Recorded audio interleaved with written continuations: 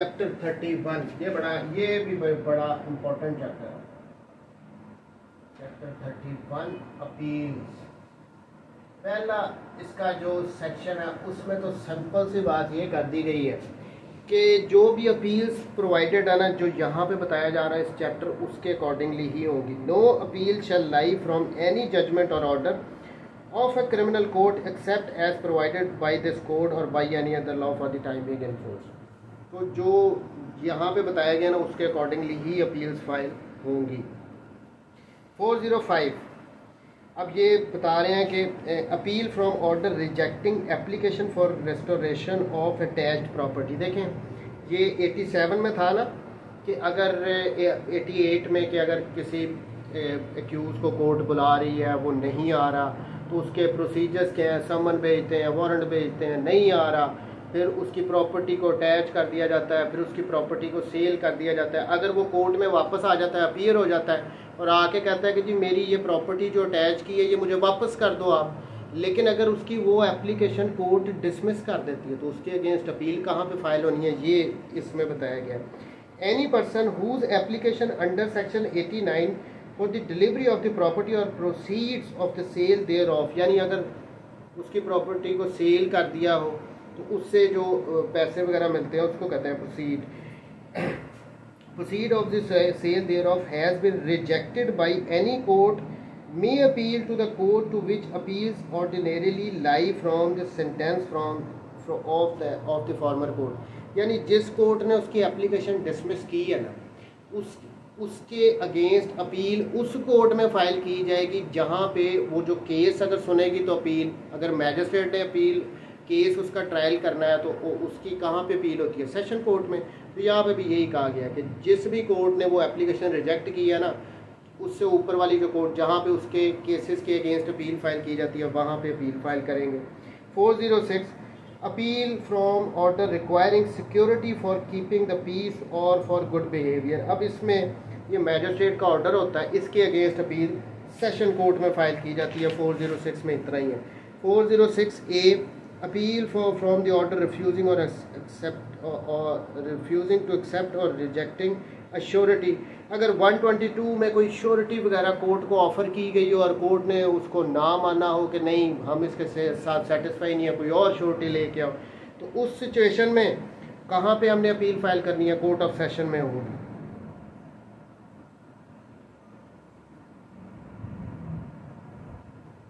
वो मैजिस्ट्रेट का ऑर्डर होता है ना, श्योरिटी अगर वो नहीं ले रहा तो यहाँ पे ये सेशन के पास हमने अपील फाइल करनी है 406A में।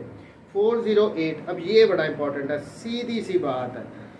अगर कोई मैजिस्ट्रेट है, any person convicted on a trial held by assistant session जज, district magistrate, special magistrate, judicial magistrate और any person sentenced under section 349 may appeal to the court of session. जब ये कौन सा सेक्शन 408 अब इसमें बता दिए गए हैं मैजिस्ट्रेट जो है, मैजिस्ट्रेट अब कौन से हैं देख लें। असिस्टेंट सेशन जज, ये magistrate held by assistant session जज, डिस्ट्रिक्ट मैजिस्ट्रेट, असिस्टेंट सेशन जज, फिर आ गया जुडिशियल मैजिस्ट्रेट, और कौन से हैं, स्पेशल मैजिस्ट्रेट,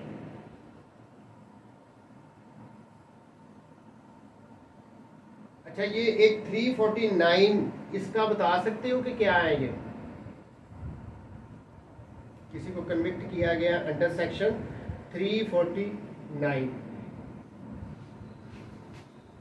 ये कौन से वाले होते हैं। देखें अगर कोई क्लास 2 या क्लास 3 का मैजिस्ट्रेट है, क्लास 2 और क्लास 3 का मैजिस्ट्रेट है, उन्होंने किसी पर्सन को सज़ा देनी है, लेकिन उनको ये लगता है कि मैं कॉम्पिटेंट नहीं हूँ, ज़्यादा सज़ा इसको मिलनी चाहिए, मैं दे नहीं सकता हूँ, तो वो भेज देंगे केस को किसके पास, मैजिस्ट्रेट फर्स्ट क्लास के पास। ये फिर उस केस को रेफर कर देंगे मैजिस्ट्रेट फर्स्ट क्लास के पास, ये वाला, ठीक है। और वो फिर उनको दोबारा सुन के सज़ा वगैरह दे सकता है, क्योंकि ये अगर नहीं दे सकते, ये कॉम्पिटेंस इनकी जो ये अवॉर्ड कर सकते हैं उससे ज़्यादा सज़ा देनी चाहिए। ये 349 था। ये जितने भी हैं इन्होंने अगर किसी को कन्विक्ट किया है ना, उसके against sweeping statement session court में इसकी अपील होगी। कोई कंफ्यूजन नहीं है यहाँ पर, बस ये याद रख लेना सारे मैजिस्ट्रेट, ठीक हो गया। मैजिस्ट्रेट जितने भी असिस्टेंट सेशन जज हैं सबके पास इनकी अपीलें सेशन कोर्ट में ही होंगी। लेकिन आगे उन्होंने एक प्रोवाइजो में दे दिया, पहली बी जो है उसमें ये कहा है कि when in any case an assistant session judge passed any sentence imprisonment exceeding 4 years the appeal of all or any of the accused convicted। लेकिन यहाँ पे 408 में ये कहा गया कि ये असिस्टेंट सेशन जजेस के अगेंस्ट अपील्स कहाँ पे होंगी, सेशन कोर्ट में। बट ये कब तक, अगर इन्होंने 4 साल तक सजा दी है तो फिर सेशन कोर्ट में। अगर इन्होंने मोर देन 4 इयर्स की है, किसी को पनिशमेंट दी है, तो कहाँ पे, तो सीधी हाई कोर्ट में। Less than 4 years session court में, more than 4 years high court में। पहली बात आ गई। अच्छा 124A, अब ये जो बगावत के केसेस होते हैं, दूसरी बात जो 124A, वैसे ये जो है ना पीपीसी का ऑफेंस, कल इसी से रिलेटेड लाहौर हाई कोर्ट में जस्टिस शाहिद करीम साहब ने इसको वैसे ही नल एंड वॉइड डिक्लेयर कर दिया है इस सेक्शन को। उन्होंने कहा ये जो गद्दारी के केसेस वगैरह होते हैं, ये कलोनियल लॉ है, ये अंग्रेज़ों का बनाया हुआ, उस टाइम पे ये यूज़ किया जाता था कि जो भी उनके अगेंस्ट यूज़ करता था इसके अंडर उसको बगावत के मुकदमे सजाएं। तो यहाँ पे ये वैसे नल एंड वाइड हो चुका है, कल के दिन इस पर जजमेंट आई है लाहौर हाई कोर्ट की। लेकिन यहाँ पे कह रहे हैं इसमें अगर किसी को सजा हो या तो अपील डायरेक्ट हाई कोर्ट में ही हो। ये कहा ना, convicted bye magistrate of an offence under 124A, तो इसकी अपील हाई कोर्ट में होगी। 408 में यही बात होगी। 409 में अब ये अपील्स कैसे सुनी जाएंगी, subject to the provision 409 the section, the appeal of session, an appeal to the court of session or sessions judge shall be heard by session judge or additional session judges or assistant session judges। यहाँ पे कह रहे हैं कि ये जो appeals जा रही हैं ये कौन सुनेंगे, जो सेशन कोर्ट को जा रही हैं ये कौन सुनेंगे, इनको या तो सेशन जज सुनेगा, हमने पढ़ा था ना इनकी पावर सेम है, या ASJ एडिशनल सेशन जजेस। अब यहाँ पे इन्होंने वैसे असिस्टेंट सेशन जजेस भी लिखा हुआ, असिस्टेंट सेशन भी सुन सकते हैं जो ये अपीलें ऊपर जा रही हैं। लेकिन इन प्रैक्टिस ऐसा होता नहीं है, सिर्फ इनके अगेंस्ट ये अपीलें सेशन जज सुनता है या ASJ सुनता है। बहरहाल यहाँ पे तो लिखा हुआ है। और एन असिस्टेंट सेशन जज, अगर प्रोवाइजो क्या कह रहे हैं, provided that an additional session judge shall hear only such appeal as the provincial government may by general or special। obviously provincial government ने इनको पावर किया हुआ ये केसेस वगैरह सुनते हैं। provided further that no such appeal shall be heard by an assistant session judge unless the appeal is of a person convicted on a trial held by any magistrate of the second or third class। अब यहाँ पे ये जो इससे related कह रहे हैं कि सेकेंड क्लास और थर्ड क्लास की क्लास 3 वैसे यूज करना चाहिए, थर्ड क्लास तो वैसे ही अजीब सा लगता है। इनके जो मैजिस्ट्रेट हैं उनके अगेंस्ट जो फैसला है और अपील है वो ये असिस्टेंट सेशन जज सुन सकते हैं। ये 409 में बताया गया। 410 में सिंपल ये बताया गया है कि जो सेशन कोर्ट के इनके फैसले होंगे उनके अगेंस्ट अपील, अगर ये यहाँ पे किसी को कन्विक्ट कर देते हैं तो कहाँ पे होगी अपील, हाई कोर्ट। अब इसमें ASJ भी आ जाते हैं, सेशन जजेस भी आ जाते हैं। ये ऐसे नहीं हो सकता कि इन्होंने असिस्टेंट सेशन जज ने या एडिशनल सेशन जजेस इन्होंने कोई फैसला दिया है उसके अगेंस्ट हम अपील फाइल कर दें सेशन जज के पास, ये नहीं होगा। इनके एडिशनल सेशन जजेस और सेशन जजेस, हम पहले भी इसको डिस्कस कर चुके हैं कि इनकी पावर सेम है, जुडिशल पावर्स, इनके फैसले के अगेंस्ट अपील हाई कोर्ट में जाती है। Any person convicted on a trial held by a session जज और एन एडिशनल सेशन जज may appeal to the high court. तो इनके फैसले के अगेंस्ट कहाँ पे होगी अपील? हाई कोर्ट में होगी। कोई क्वेश्चन यहाँ तक सिंपल जा रहा है? अच्छा, ये अब आ गया है जो नेक्स्ट वाला सेक्शन है, ये थोड़ा सा ट्रिकी है लेकिन हम इसको इजी करके समझते हैं। Appeal from sentence of high court. आपको पता है ना कि हाई कोर्ट भी ट्रायल्स कर सकती है, हमें यहाँ तक तो पता है ना। हाई कोर्ट भी ट्रायल कर सकती है, सेशन कोर्ट अब ये करती नहीं है, दैट्स अ डिफरेंट डिबेट, लेकिन इनके पास पावर है, ये हाई कोर्ट भी ट्रायल कर सकती है। अब इस सेक्शन में 411A इसमें बेसिकली ये बताया गया है कि ऐसे केसेस जिनका ट्रायल ही हाई कोर्ट ने किया हो उनकी अपील भी हाई कोर्ट में ही होगी, ये सेक्शन में बताया गया। अब कंफ्यूजन इसलिए होती है लेकिन यहाँ पे जो अपील होगी ना इसकी,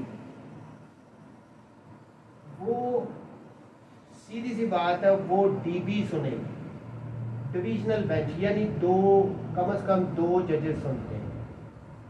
ट्रायल एक जज ने किया है, उसकी जो अपील होगी वो हाई कोर्ट में ही आएगी और दो जजेस सुनेंगे, लेकिन किन सूरतों में अपील हाई कोर्ट ही सुनेगी वो इस सेक्शन में समझने वाली बात है। देखें, पहली तो बात इन्होंने क्या कर दी है, सीधी स्ट्रेट फॉरवर्ड, ये सेक्शन थोड़ा सा टेक्निकल है। Except in cases in which an appeal lies to Supreme Court under article 185 of the constitution. अब 185 कॉन्स्टिट्यूशन का किसी ने पढ़ा है?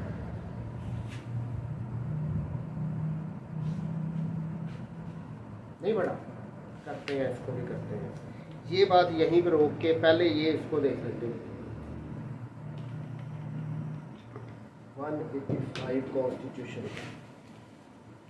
उसमें ABC हैं 3 उसकी क्लॉजेस। उसमें बताया गया है जिन सिचुएशंस में अपील हाई कोर्ट के फैसले के अगेंस्ट सुप्रीम कोर्ट में जाती है। लेकिन देखें, इस सेक्शन में बेसिकली जो सुप्रीम कोर्ट की एपेलेट जुरिस्डिक्शन है ना, वो बताई गई है आर्टिकल 185 में। इसमें ये कहा गया है, अगर देखें सबसेक्शन 2 क्लॉज 2 है इसकी, an appeal shall lie to the supreme court from any judgment, decree, final order और sentence of a high court.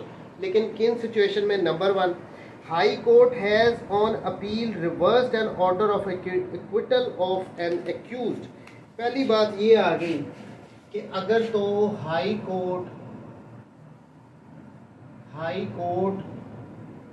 ने अपील में, हाई कोर्ट कोई अपील सुन रही थी, यानी वो डायरेक्ट ट्रायल नहीं कर रही थी। हाई कोर्ट अगर अपील कोई सुन रही थी और अपील थी किसकी? एक्विटल की, ठीक है। हाई कोर्ट में कोई सेशन कोर्ट ने एक फैसला किया, उसमें एक्यूज को एक्विट कर दिया,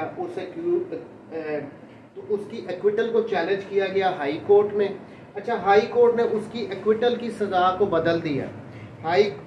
If the High Court has on appeal reversed the order of acquittal of an accused and sentenced him to death or transportation for life or imprisonment for life, or on revision has enhanced his sentence to a sentence as aforesaid, या तो उसने appeal में high court ने या फिर revision में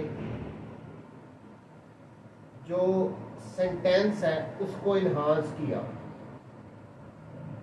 बढ़ा दिया।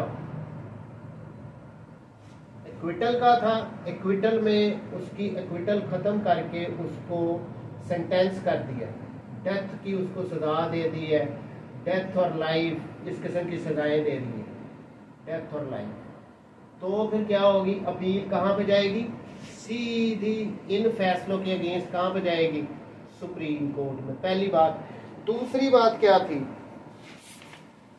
If the high court has withdrawn the for trial before itself of any case from the court subordinate to it, and has in such trial convicted the accused person and sentenced him as aforesaid. दूसरी situation पहली ये आ गई, दूसरी situation ये आ गई कि एक केस था सेशन कोर्ट में, ठीक है, मिसाल ले लेते हैं, उसको इसने हाई कोर्ट ने अपने पास लिया और ला के हाई कोर्ट ने उसका ट्रायल किया और ट्रायल में उस एक्यूज को कन्विक्ट कर दिया।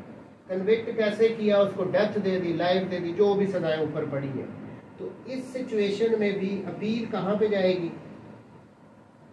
ये जाएगी सुप्रीम कोर्ट में, ओरिजिनल जुरिस्डिक्शन में सुप्रीम कोर्ट के पास चली जाएगी। ठीक हो गया, दो सिचुएशंस आ गई। तीसरी क्या थी?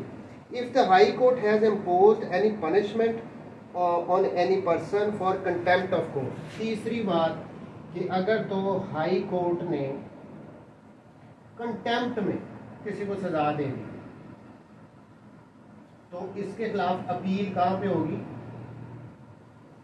Supreme court. ये ज़हन में रख लेना। 185 आर्टिकल हमें ये बता रहा है कि अगर तो अपील में हाई कोर्ट ने यानी ट्रायल नहीं किया, किसी की सजा बढ़ा दी या रिवीजन में बढ़ा दी, क्विटल की अपील थी, उसको डेथ या लाइफ वगैरह दे दी तो अपील सुप्रीम कोर्ट में। अगर सेशन कोर्ट से ट्रायल हाई कोर्ट ने अपने पास ले आई और किसी बंदे को कन्विक्ट कर दिया और इस किस्म की सजाएं दे दी, डेथ वगैरह, तो अपील सुप्रीम कोर्ट में। अगर किसी को कंटेम्प्ट में हाई कोर्ट ने सजा दिया तो अपील कहाँ पे होगी? सुप्रीम कोर्ट में होगी। तो अभी तक इस सेक्शन में 411A में ये कह रहे हैं कि ये जो 185 वाली चीज़ें हैं ना, इसको रखो साइड पे अभी तक के लिए। पहले सब सेक्शन 1 में हमें ये कहा गया, क्या कह रहे हैं? Except in cases in which an appeal lies to the supreme Court under article 185, इसको छोड़ के any person convicted on a trial held by high court in exercise of its original criminal jurisdiction में, अगर किसी high court ने trial किया है फिर क्या होगा? अब ये कह रहे हैं नॉट स्टैंडिंग ये 418 और 423 सब सेक्शन 2 इसको साइड पे रखो, या ये letters patent of any high court यानी हाई कोर्ट के रूल्स को भी साइड पे रखो। Appeal to the high court, तो इसकी अपील कहाँ पे होगी? जिसका ट्रायल, सिंपल वर्ड्स में, एक ट्रायल अगर हाई कोर्ट ने किया तो उसकी अपील भी हाई कोर्ट में ही होगी। अच्छा, लेकिन किन ग्राउंड्स पे होगी वो आगे ये ABC 3 बातें बता दी गई हैं। Number 1, against the conviction on any ground of appeal which involves a matter of law. पहली बात है कि ये जो अपील करनी है ना हाई कोर्ट में, इसकी ग्राउंड में पहला आ गया है कि मैटर ऑफ लॉ पे करना है। मैटर ऑफ लॉ अगर कोई इन्वॉल्व है तो आप उसकी अपील हाई कोर्ट में ही फाइल करोगे। दूसरा क्या कह रहे हैं? With the leave of the appellate court. अब ये लीव टू अपील होती है, फाइल की जाती है, यानी पहले अलाउ किया जाता है। अगर लीव टू अपील ये होता है, ये सुप्रीम कोर्ट में भी हम फाइल करते हैं लीव टू अपील। एक तो होता है कि आपने डायरेक्ट अपील फाइल कर दी, ठीक है, कन्विक्शन के अगेंस्ट, वो आप as a matter of right file कर रहे हो। मैजिस्ट्रेट ने आपको सजा दी है, आप as a matter of right कहाँ पे जा रहे हो? सेशन कोर्ट में अपील फाइल कर रहे हो, ठीक है। ये लीव टू अपील, अब जो लीव टू अपील होता है कि पहले कोर्ट से हम कोर्ट को कन्विंस करते हैं कि भाई हमारी अपील सुनो, इसमें इतना सब्सटेंस है, तो मेरे पास अपील का राइट नहीं है, लेकिन अगर आप मुझे सुनोगे, मुझे इजाज़त दोगे तो फिर आगे काम चलेगा। पहली बात तो ये कि अगर तो with the leave of the appellate court or upon the certificate of the judge who tried the case that it is a fit case for appeal। दूसरी बात आ गई कि उसमें एक तो लीव टू अपील आप लो, लीव टू अपील, और जो ट्रायल कोर्ट है उसी ने सर्टिफाई कर दिया हो कि यस ये एक ऐसा केस है जिसमें अपील को सुना जाना चाहिए।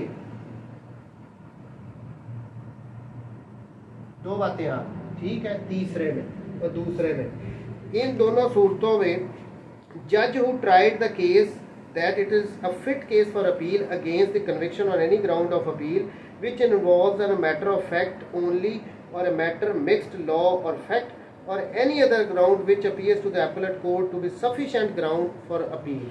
तो तो इसमें ये कह रहे हैं, बेसिकली इसमें ये बताया था कि पहला या तो मैटर ऑफ लॉ इन्वॉल्व हो, दूसरी बात लीव टू अपील लो, और या फिर उसमें ट्रायल कोर्ट ने सर्टिफिकेट दे दिया हो कि इसकी अपील सुनी जानी चाहिए, किन ग्राउंड्स पे, मैटर ऑफ लॉ पे, कोई लॉ पॉइंट हो उसमें इन्वॉल्व, या फिर उसमें कोई मिक्स्ड मैटर ऑफ लॉ हो, मिक्स्ड मैटर ऑफ लॉ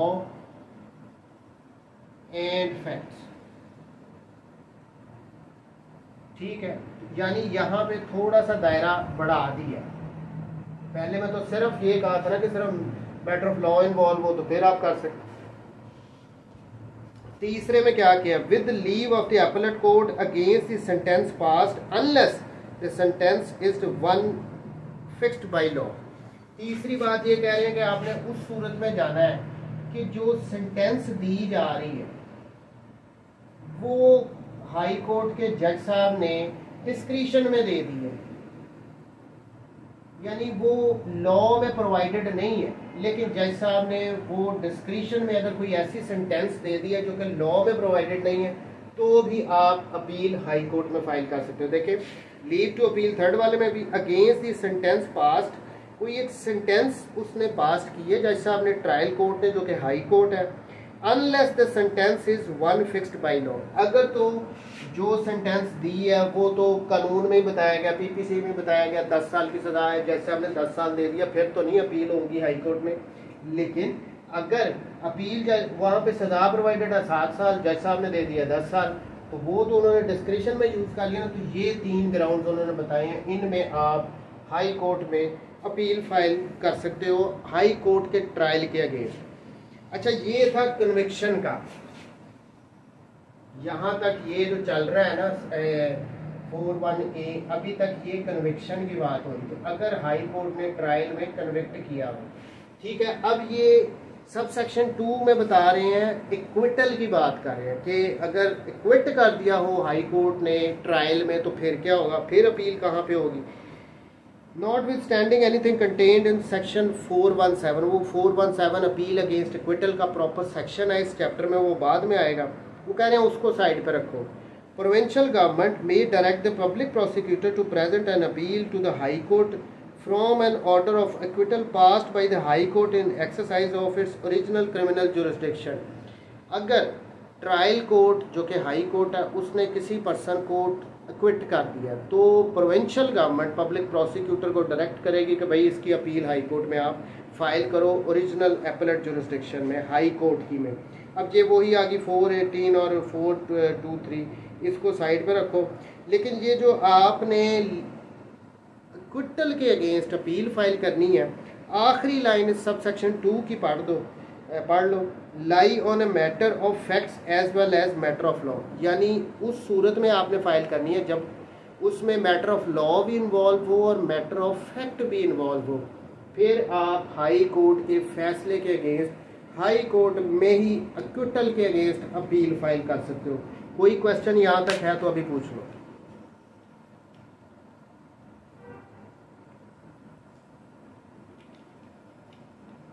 नहीं, आगे चलते हैं। अच्छा 3 में अब ये यहाँ पे बेसिकली यही बताया गया कि जो एक जज का फैसला उसके अगेंस्ट डीबी सुनेगी, 2 जजेस सुनेंगे, और जिस जज ने ट्रायल में फैसला दिया वो उस डीबी का हिस्सा नहीं होगा।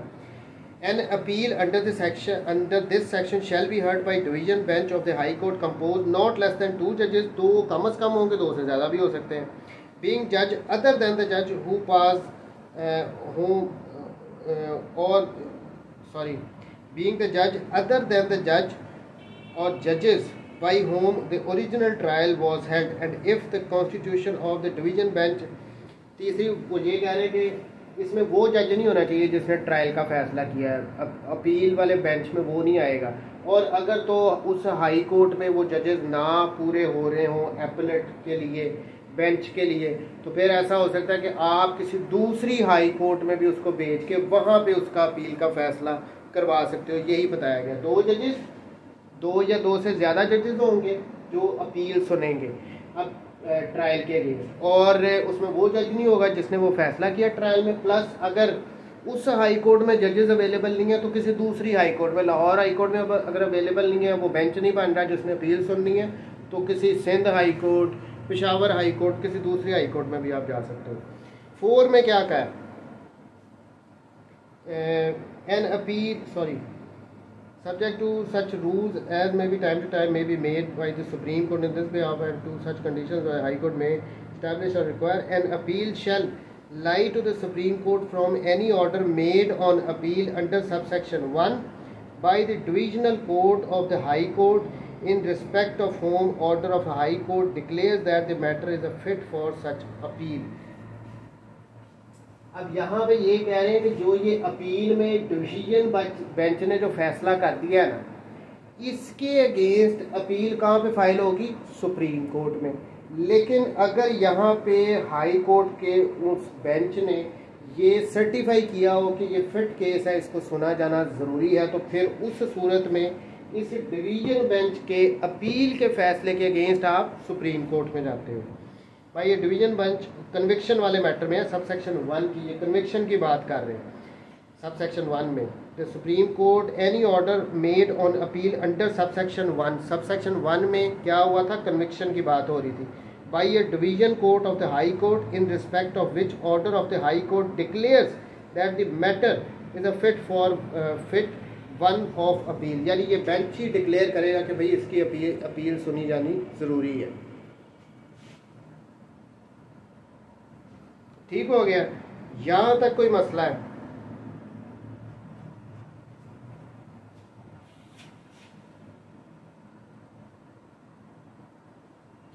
ये किसकी, ये इसमें ये क्लॉज 4 की आप बात कर रहे हो?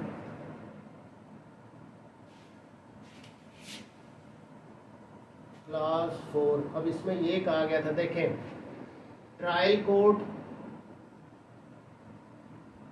हाई कोर्ट ने किया, इसमें किसी को कन्विक्ट कर दिया उन्होंने, ठीक है।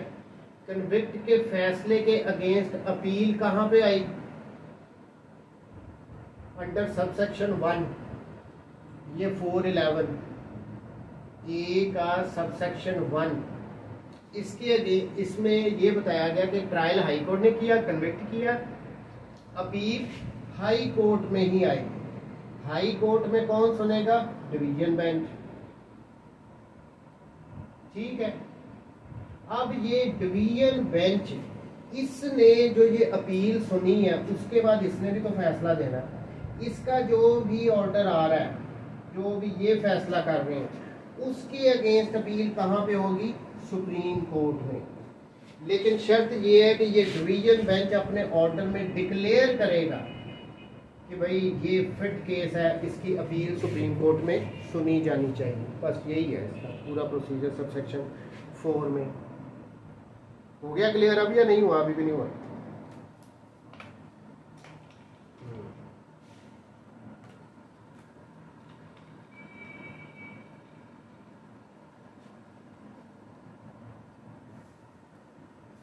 अच्छा जी, अच्छा 412 क्या no appeal in certain cases. अच्छा, अब ये पे इसमें 412 ये भी बात थोड़ी सी समझने वाली है 412 की। इसमें ये कह रहे हैं कि अगर एक एक्यूज ने अपने गिल्ट को एडमिट कर लिया हो तो उसको अगर सजा हो गई है तो उसकी वो अपील नहीं कर सकता, अगर उसने एडमिट ही कर लिया।